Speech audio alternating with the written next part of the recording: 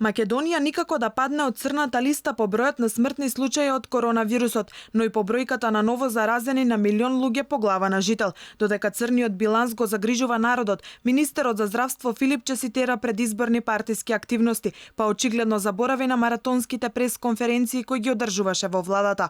Последен пат Филипче на говорница застана пред 8 дена, што ако се спореди со почетокот на епидемијата, кога бројките не беа така високи, е несватливо.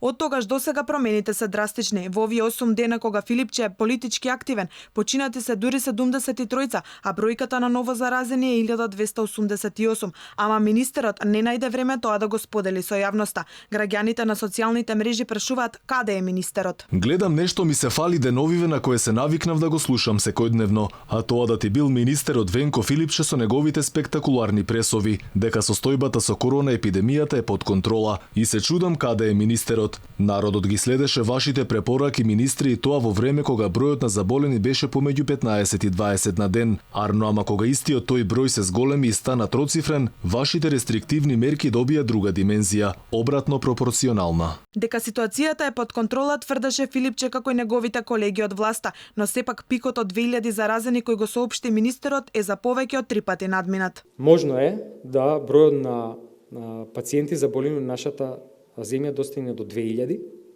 а пикот да биде за некаде од 1 месец од сега. Министерот уверуваше дека кластерите се познати, но докторите алармираат. Кластери повеќе нема, вирусот е насекаде. Наместо решение за тоа како да се справиме со кризата, Филипче изминативе денови можевме да го видиме само на партиски теренски активности. Му мереше температура на Заев на партиски собири во Крива Паланка. Во Кавадарци се пофели за успесите во здравството, во Охрид за сработеното. Останува отворено прашањето зошто Филипче е пофокусиран на изборната кампања во битка за власт наместо во битката за справување со COVID-19.